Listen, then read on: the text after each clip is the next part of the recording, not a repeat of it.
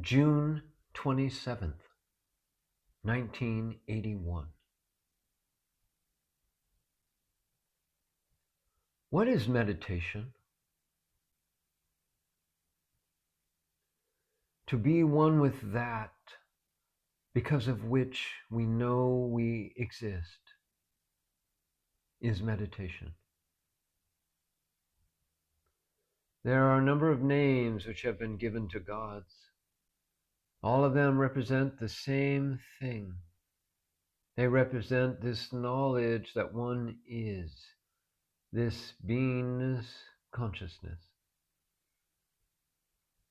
This knowledge does not refer to an individual, but to the sense of presence as a whole. Instead of accepting this knowledge as a total functioning, one wants to cut up the knowledge into bits and pieces, taken apart for himself based on some concept. Any knowledge based on a concept is not true knowledge.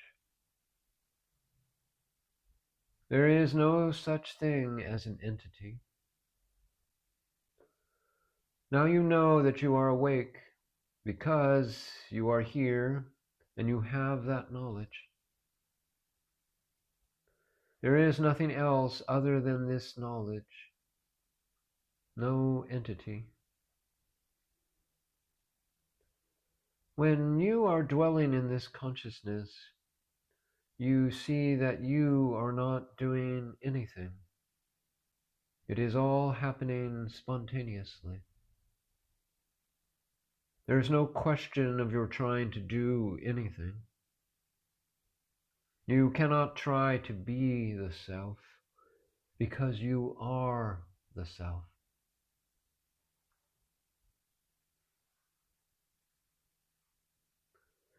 I am concerned about my family.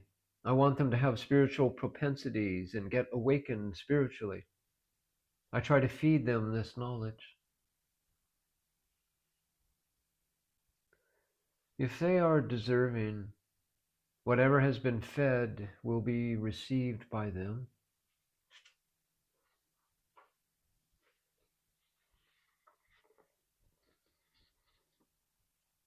June 28th, 1981.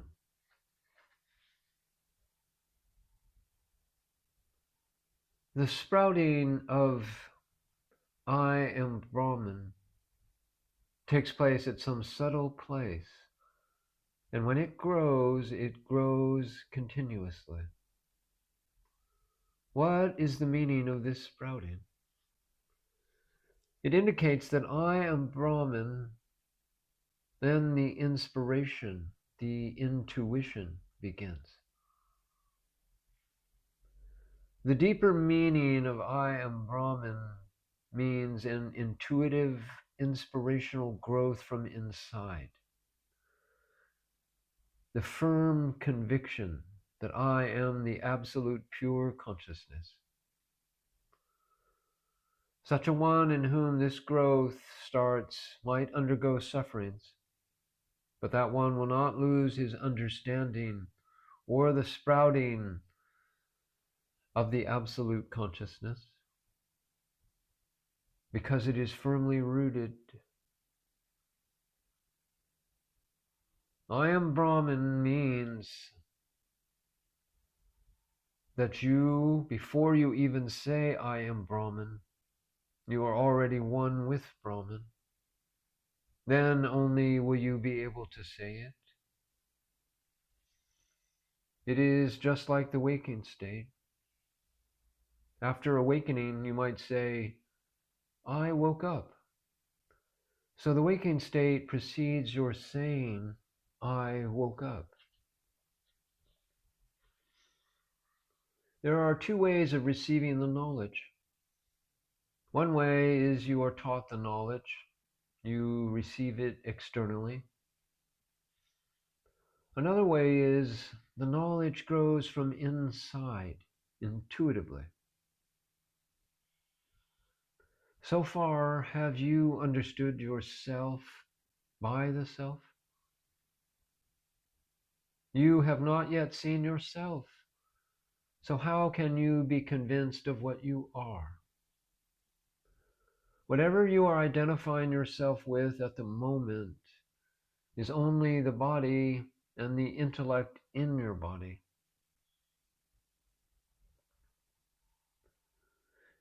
Yes, but one has to use the intellect to understand. I have been reading a lot. Maybe it will take some time to try to develop a deeper emotional understanding.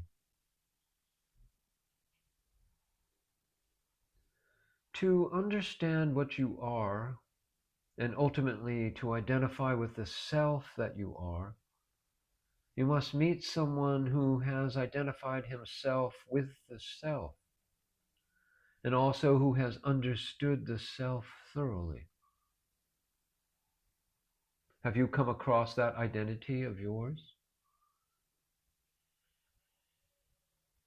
No, I have seen it in other people, and that impels me to try to find it in oneself. When you look at others, that other person is just food essence, as yourself. What more understanding do you have? What is the quintessence of what you are, the inner core of you? When people come here, they feel very satisfied and contented. Why? You feel like that because when you are here, you are under the shade of, or you abide in, your own consciousness. And that means you are in a state which transcends body, mind, and intellect. Since you are in that state, you do not have any form. You do not have any doubts. Therefore, you are in that satisfied state. In that state, whatever sentences you hear will be implanted deeply in you and will not be forgotten. There is no way for you to forget these sentences because they lead you to the self. What you hear, you will not forget when you leave. Abide in this state of the shade in the self, in the consciousness that you are, even when you go out. Here, there is no room for the intellect to play about. Since you do not identify yourself with any form, mind has no avenue for any propagation. The mind subsides in the consciousness. This is space-like, a shade-like state.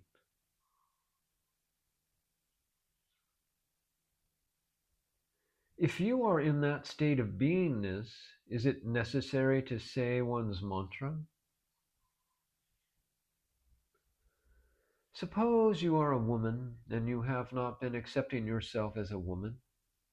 So you are told you are a woman. This is the mantra. I am a woman. I am a woman. When you are convinced you are a woman, are you going to repeat, I am a woman? When you are that, there is no question of choice. Choice is at the level of the body-mind, whether to say the mantra or not to say it.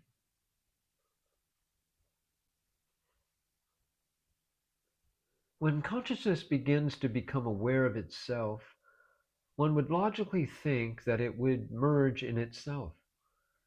But so often it slips back into identifying itself with the body. Why is this? Why should consciousness, which is inadequacy, which is sickness, be there at all? To a jnani, consciousness has not happened at all. If the consciousness tries to understand itself, it gets stabilized in due course in the Absolute. And when the consciousness gets stabilized in the Absolute, it knows it is like a ghost and not real. It is not palpable. You did not know your existence after you were born. 9 months in the womb, and for some time afterwards, that I am so-and-so is absent. When you start recognizing your mother, then you also come to be aware of your own existence. That I amness comes sometime later. The mother teaches you in ignorance that you are the body, and you begin to believe that. Your mind also starts itself, and it begins to develop slowly. So right from the beginning, because of ignorance, the Absolute does not know itself. And because of the body, it started knowing that it is I am. Because of this ignorance, you had to ask somebody, who am I? Otherwise, you would not have asked anybody. Even so-called incarnations such as Rama were like this. They had to be taught. The incarnations are just like you. The bondage with the body came because of wrong teaching. And then the Guru came and told you that you are not the body. And then you were liberated. That is why all these births are taking place. If you knew of the bondage, you would refuse the birth. But because the I amness is absent, you are trapped. Because the I amness is a quality of the body, later on you come to know you are that, and you are trapped. But once you know, you are liberated.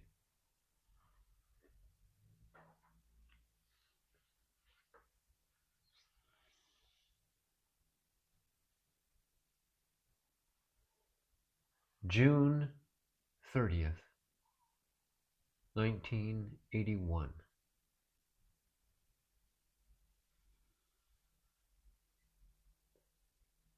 All knowledge is like the son of a barren woman. Presently, there are only beingness and the functioning. The individuality and personality are thrown overboard. There is no personality, so there is no question of birth, life, or death. What remains is only consciousness without name or form, with no individuality at all. The form needs a name, but when both are not there, then consciousness remains only so long as the body is there, but without any individuality. The body is of as much use now as it was prior to the birth and after the death. How do you know me? You know me only on the acquisition of body form, name. Do you really see me as I am? I doubt it. Now the conclusion is that the unborn is enjoying the birth principle. That principle that is born took so much time to understand this, that it is the unborn only which prevails. It took so much time for the self to understand the self. We have tied around our neck so many concepts: death, this I am, and all such things. Similarly, concepts of good and evil are unnecessary. We have developed these concepts and are caught in them. How does one think about self-knowledge? Do you abide in the self, or in the process do you think of something else as the self?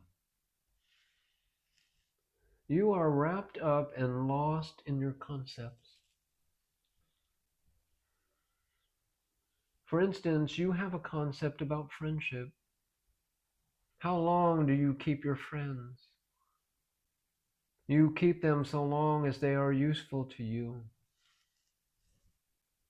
So long as a friend is of some benefit to you, that's how long you would like to keep that friendship. Now, how can I actually derive benefit out of a friend? I, as an individual, am not there. So how can there be a question of benefit?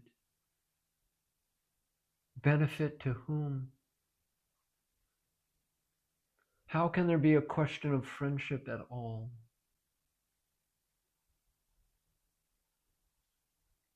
Anybody who comes here can sit. I will allow them to sit for some time, but later on I will say, you may leave. Why? Because I have no intention or purpose of having any friendship with that person. Ordinarily, there is some purpose for deriving certain benefits out of an association with another. When you meet someone in friendship, there may be some intention to serve one another. But I have no friends.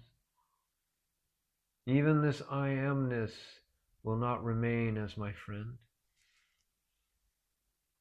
I am not able to talk any longer. The spirit is willing, but the flesh is weak. Previously, I used to welcome people, but now I am not in a position to welcome them. They come, they sit, and they go by themselves. I cannot even extend my hospitality. All my knowledge has gone into liquidation. I am unconcerned.